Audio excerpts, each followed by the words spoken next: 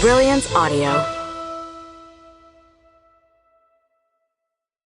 All That Is Mine I Carry With Me by William Landay. Performed by David Vries, Joyce Bean, Patrick Lawlor, and Scott Merriman. Book 1. After I finished writing my last novel, I fell into a long silence. You might call it writer's block, but most writers don't use that term, or even understand it. When a writer goes quiet, nothing is blocking and nothing is being blocked. He is just empty. I don't know why this silence settled over me. Now that it's over, I don't like to think about it. I only know that for months, then a year, then 2 years, I could not write. It did no good to struggle. The more I struggled, the tighter the noose became. I could not write.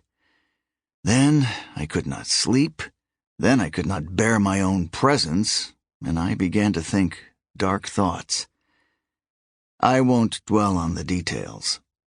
In my profession, there is a saying that a writer's troubles are of interest only to other writers.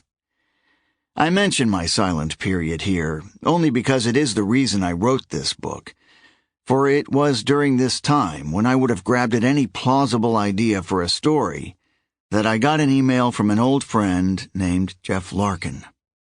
I have known Jeff since we were 12 years old.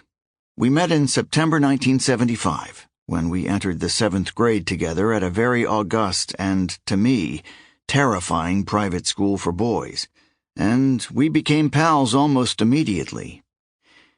Let me say, I am uneasy about starting a book this way, with friends and confessions about my childhood.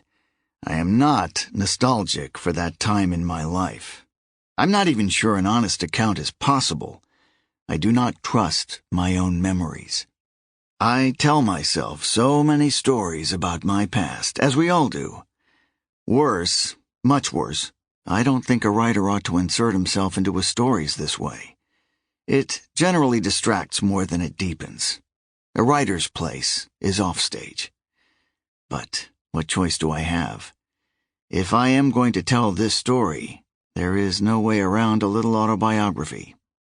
So, when I was in 6th grade, my teacher called my parents out of the blue to suggest I was bored at school, which was certainly true. Had they considered sending me to a private school, someplace rigorous and rulesy, where I would not continue to be, I will paraphrase here, a daydreamer and a smartass? My folks had never thought of it. They had both gone to public schools, and they presumed that fancy private schools were for Yankees. But Mom and Dad grasped the teacher's essential meaning. What I needed was a swift kick in the pants. So the next fall I found myself at a school that probably had not looked much different 20 or even 50 years earlier. There were no girls. There was a school necktie. Spanish was not taught, but ancient Latin was required. The gym was called a palestra, the cafeteria the refectory. Portraits of mustachioed old masters hung in the hallways.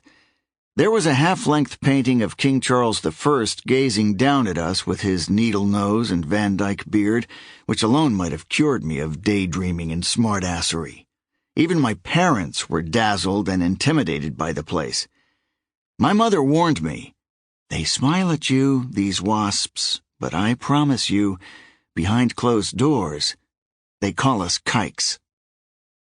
Jeff Larkin felt no such anxiety when he arrived at school. He was a prince. His older brother Alex was a senior and a 3-sport star, with the heroic aura that surrounds high school athletes.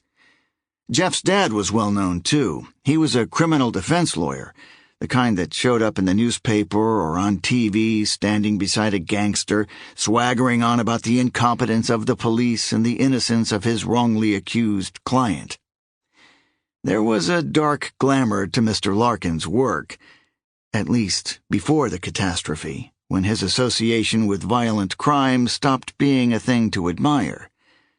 But that came later. Sample complete. Ready to continue?